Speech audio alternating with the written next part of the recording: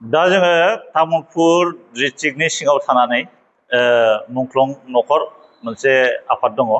दा बे मुंख्लं नखर आफादनि सिङाव थानाय गासै मुंख्लं नखरनि जि गार्जेनफोर दा बिथांमोना थांनाय आगस्ट दानाव 5 लाख करि मोननांगौनि मोनसे आसा दंमोन साफ्रामबो आरो आगस्टनि सिगाङाव 10 लाख होनाय आरो मोनखांनाय बिथांमोनाबो 3 लाखल'सो मोननो हादों। नाथाय 5 लाखनि जायगायाव 3 लाखल' मानो जोङो मोनखो आरो बे मोनसे दुखु गोनां मोनसे बाथ्रा आरो 3 लाखनि सिङावबो गोबां मानसियानो दिनैसिम मोननो हायाखै।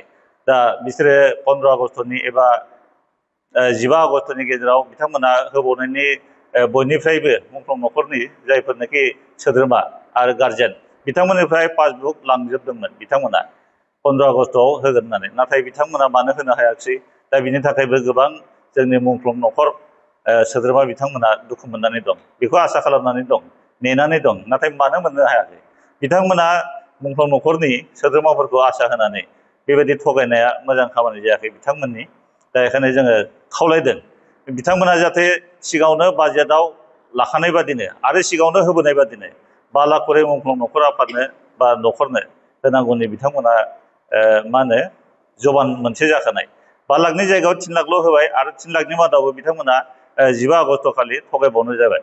15 आगस्टआव बिथांमोना 3 लाख होनांगौनि जायगायाव मुंख्लं नखरनि जायफोर बिमाफोर दङ बिथांमोननोसो बुरै मानसिफोरनो दानसेयाव 1000 करि रां होनायनि बिथांमोना खोथा होदों आरो मान होदों, नाथाय बियो जोंनि थाखाय गोजोनथाव बाथ्रा नङा। जों सानो जिहेतु सिगांनि बिटिसि गभर्नमेन्टनि आमोलावबो 5 लाखखौनो होदों, आसाम आन्दलनावबो बेबायदिनो गोबां रोखोमनि मुंख्लं जालांदोंमोन। दा बिथांमोननोबो 5 लाखखौनो होदों आरो बिटिआर सरकारनि सिगांनि होनायावबो 5 लाखखौनो होदों। नाथाय बे समाव जोंनो मानो 5 लाखनि जायगायाव 3 लाखल' मानो होखो आरो जायफोर मोनाखै बिथांमोननोबो होगोन होननानै बिथांमोना खोथा होदोंमोन, नाथाय मानो होआखै। दा बिथांमोननिफ्राय जोङो मिथिनो लुगैयो बिनि जाहोना मा। जोंनि तामुलपुर जिल्लानि सिङाव गासै 82 मुंख्लंफोर दङ। दा 82 मुंख्लंफोरनि मादाव थांनाय बाराव जोंनि मिथिनाय बादिबा बिनि गुबै हिसाबखौ आं मोननो हायाखै। जोंनि कुमारघाटा आन्चलिकआव 9 आरो तामुलपुर आन्चलिकनि सिङाव 13 बेखौ आं मिथिनो मोननाय जादों। बिनि अनगा माखासेफ्रा दासिमबो मोननो हायाखै। बेनिखायनो जोङो आसा खालामबाय थादों जे बिथांमोना जिखिनि गावसिनि खोथा मथे जबान मथे होनांगौ बेखौ जाहाथे होनानै मार्टियार्सफोरनि नखरनि जि दुखु बा आसा बेखौ थाबैनो सुफुंनानै होयो।